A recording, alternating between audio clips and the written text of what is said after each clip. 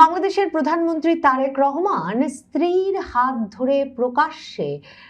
শত শত মানুষের চোখ, ক্যামেরা, আইন শৃঙ্খলা রক্ষাকারী বাহিনী তাকে সহায়তা করতে একেবারে সদা প্রস্তুত কর্মকর্তা কর্মচারীদের মধ্যে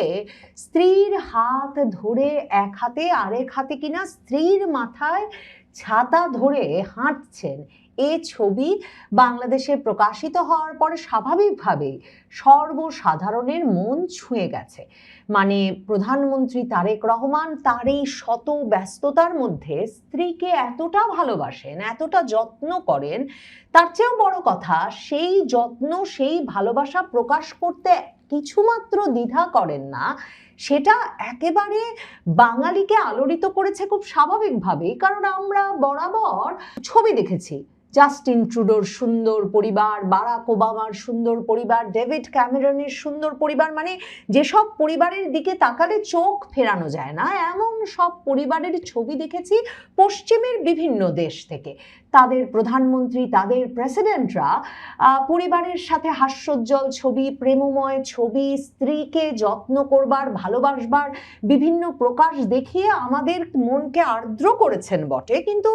বাঙালির পারিবারিক স্বভাবটা যেমন, মানে আমাদের প্রথাটা যেমন, তাতে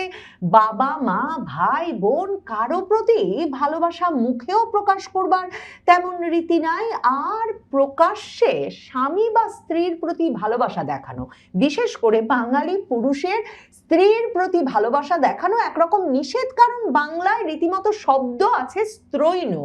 মানে যিনি কিনা স্ত্রী পাগল, এবং সেরকম স্ত্রৈণ যেহেতু কোনো বীর বাঙালি পুরুষ হতে চান না স্বাভাবিকভাবে, কাজেই এই ভালোবাসা প্রকাশে তারা সাধারণত পিছপা হয়ে থাকেন। কিন্তু তারেক রহমান এ দফায় যখন দেশে ফিরলেন, একেবারে বিমান থেকে নামবার পর থেকেই বা বিমানে ওঠার আগে থেকেই যখন বাংলাদেশের কোটি কোটি মানুষের চোখ তাদের দিকে, তখন থেকেই দেখা গেল তিনি একটু অপেক্ষা করেন স্ত্রী কন্যা যাতে তার সঙ্গে সঙ্গে হাঁটতে পারেন, স্ত্রী কন্যা ঠিক আছেন কিনা, ভিড়ের মধ্যে তারা কমফোর্টেবল আছেন কিনা, নিরাপদ বোধ করছেন কিনা, ভালো বোধ করছেন কিনা সেদিকে খেয়াল রাখেন। মানে তিনি একজন স্ত্রী কন্যা পরিবার কেন্দ্রিক মানুষ, একটা ফ্যামিলি ম্যান, মানে যেরকম আদর্শ পারিবারিক মানুষকেই পশ্চিমের দুনিয়ায় রাষ্ট্রপ্রধান সরকার প্রধানের পদে দেশে দেশে মানুষ দেখতে চায়, এবং ভোটের রাজনীতি বলে ভোট বেশি পেতে এই স্ত্রীর প্রতি ভালোবাসা, সন্তানদের প্রতি ভালোবাসা ভীষণভাবে বাড়তি ভোট বাড়তি নম্বর যোগ করে। এখন মনে করে দেখেন তারেক রহমান যখন দেশ ছেড়েছিলেন সেই ১/১১ সরকারের সময়, তখন দেশি বিদেশি বয়ানে তাকে এমনভাবে হাজির করা হচ্ছে যে তিনি সাবেক প্রধানমন্ত্রীর একজন বকে যাওয়া পুত্র, যিনি কথায় কথায়, মানে আমরা যদি জেমস এফ মরিয়ার্টি সাবেক মার্কিন রাষ্ট্রদূত তার বার্তা যুক্তরাষ্ট্রের পররাষ্ট্র দপ্তরে পাঠানো, যেটা কিনা উইকিলিক্সের মাধ্যমে ফাঁস হয়েছে, শুধু সেটার কথা মনে করি, সেখানে স্পষ্ট লেখা আছে যে তিনি হচ্ছেন একেবারে বাংলাদেশের সকল অপরাধ, সন্ত্রাসবাদ, দুর্নীতির কেন্দ্র। প্রধানমন্ত্রীর বকে যাওয়া পুত্র হিসেবে তিনি সন্ত্রাসবাদ দুর্নীতিকে উস্কে দিতে একটা লুটপাট তন্ত্রের সরকার চালু করেছেন, এবং তিনি এমন একজন অপরাধী যিনি কিনা যখন তখন যার তার কাছ থেকে একেবারে অবাধে টাকা চাইছেন, ঘুষ চাইছেন, এবং সেই ঘুষ সংগ্রহ করে হাওয়া ভবন নামে এক ভয়াবহ ভবন পরিচালনা করছেন তার কিছু দুষ্ট বন্ধুর সাথে, মানে যেসবের নাম তখন প্রথম আলো, ডেইলি স্টারে ডিজিএফআই এর সরবরাহকৃত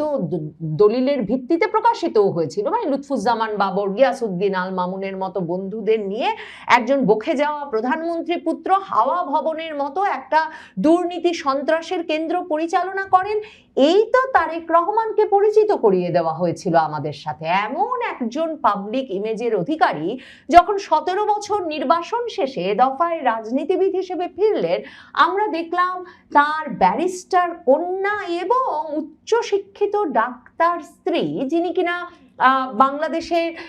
প্রথিতযশা মেডিকেল বিশ্ববিদ্যালয় থেকে পড়েছেন, মেডিকেল কলেজ থেকে পড়ে গিয়ে ইংল্যান্ডে উচ্চশিক্ষা শেষ করেছেন, জিয়ার আমলের নৌবাহিনী প্রধান এবং এরশাদ আমলের মন্ত্রীর কন্যা সুদর্শন সুশিক্ষিত জুবায়েদা রহমানকে বিএনপি গত কয়েক বছর ধরে, এমনকি তাদের দলের নেতৃত্বে খালেদা জিয়া যখন কারাগারে এবং তারেক রহমান নির্বাসনে, তাকে এমনকি দলের নেতৃত্বে দেখবার কথাও ভাবছিল। কাজেই সেই জুবায়েদা রহমান দেশে ফিরছেন, তারা সঙ্গে নিয়ে ফিরছেন তাদের তরুণী কন্যা ব্যারিস্টার জাইমা রহমানকে, আরেকজন ঝকঝকে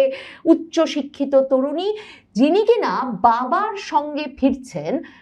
বাবার রাজনৈতিক কর্মকাণ্ডে প্রত্যাবর্তনের সময়। এবং এই পুরো পরিবারটা তখন আমাদের সকলের চোখ জুড়িয়ে দিল, কারণ মনে করে দেখেন, তারেক রহমান জুবায়েদা রহমান জাইমা রহমানকে নিয়ে সে সময়ে ফিরলেন যখন তারেক রহমানের মূল প্রতিপক্ষ রাজনৈতিক দল বিএনপির দীর্ঘ সময়ের মিত্র, এ দফার প্রতিপক্ষ জামায়াতে ইসলামীর প্রধান নেতা, যিনি কিনা তখন বক্তৃতা বিবৃতি এক্স হ্যান্ডেলের স্ট্যাটাস দিয়ে রীতিমতো নারীদের কর্মঘণ্টা কমিয়ে আনার বিষয়ে কথা বলছেন, নারীদের কর্মজীবী হওয়াকে বেশ্যাবৃত্তির সঙ্গে তুলনা করছেন, এবং বাংলাদেশে যে তরুণ নেতাদের উদ্ভব হয়েছে 2024-এর 5ই আগস্টের পর, যাদের স্ত্রী সন্তান প্রেমিকা দেখে আমাদের চোখ জুড়িয়ে যাওয়ার কথা ছিল, আমরা জানতে পারলাম তারা প্রায় সকলেই বিবাহিত বা 5ই আগস্টের পরপরই ক্ষমতা এবং পেশা ঠিক হয়ে যাওয়ার পরপরই তারা বিয়ে করলেন বটে, কিন্তু তারা এতটাই কঠোর পর্দা যাপন করেন তাদের নিজস্ব জীবনে, এই পথ তারা বেছে নিয়েছেন যে এদের প্রায় কেউ প্রকাশ্যে চেহারা দেখিয়ে কোনো ছবি তোলেন না বা কারো চেহারা আমাদের দেখবার কোনো সুযোগ হচ্ছে না। এমনকি ওসমান হাদির মৃত্যুর পর জানা গেল তার স্ত্রী এমন পর্দা পালন করেন যে তিনি যখন হাসপাতালে মৃত্যু শয্যায় থাকা স্বামীকে দেখতে আসছেন, রীতিমতো একটা লাঠিতে লাগানো পর্দা ঝুলিয়ে ঝুলিয়ে তার সামনে দিয়ে আরো দুজনকে হেঁটে যেতে হলো, কারণ তিনি এমনকি তার অবয়বটা কেউ দেখে ফেলবেন সেই বিষয়টিকেও অনুমোদন করেন না। কাজে এমন এক পরিস্থিতিতে তারেক রহমানের যারা ভোটার, যাদের ভেতরে তখন ভয় ঢুকে গেছে যে এই তরুণ নেতাদের স্ত্রীরা যেই পর্দা প্রথা পালন করছেন, যে ধরনের কঠোর ধর্মীয় বিধিনিষেধ পালন করছেন, আমরা যদি তা পালন করতে নাও চাই আমাদের উপর তা চাপিয়ে দেওয়া হতে পারে, ততদিনে ভয় ঢুকে গেছে যে জামায়াতে ইসলামী সহ জাতীয় নাগরিক পার্টির মতো দলগুলো ক্ষমতায় এলে নারীদের কর্মঘণ্টা কমিয়ে দিয়ে ধীরে ধীরে নারীদেরকে কর্মজীবন থেকেই সরিয়ে দেওয়া হতে পারে, যেহেতু জামায়াতের আমির এর সঙ্গে সরাসরি বেশ্যাবৃত্তির তুলনা করে ফেলেছেন। তখন তারেক রহমান যে হাত ধরে স্ত্রী কন্যাকে নিয়ে এলেন, স্ত্রী ডাক্তার আর কন্যা ব্যারিস্টার, সেটা একেবারেই চমক জাগানিয়া বটেই। কারণ টাইম ম্যাগাজিন তাকে প্রডিগাল সান বা অনুতপ্ত পুত্র হিসেবে চিহ্নিত করে একটা বিরাট প্রতিবেদন ছাপলো। সেখানেও তারা লিখেছে যে তারেক রহমান নিজে একজন ইউনিভার্সিটি ড্রপ আউট, মানে যিনি বিশ্ববিদ্যালয়ের পড়ালেখাটা পর্যন্ত শেষ করেন নাই। কাজেই তাকে অনেকেই মনে করেন যে তার একমাত্র যোগ্যতা হচ্ছে তিনি জিয়া পরিবারে জন্মগ্রহণ করেছেন। তো এমন একটা ব্যাকগ্রাউন্ড নিয়ে এই স্ত্রী, এই কন্যাকে নিয়ে দেশে এসে তিনি নিশ্চিতভাবে বাংলাদেশের মানুষের চোখ মন জুড়িয়ে দিয়েছেন, এবং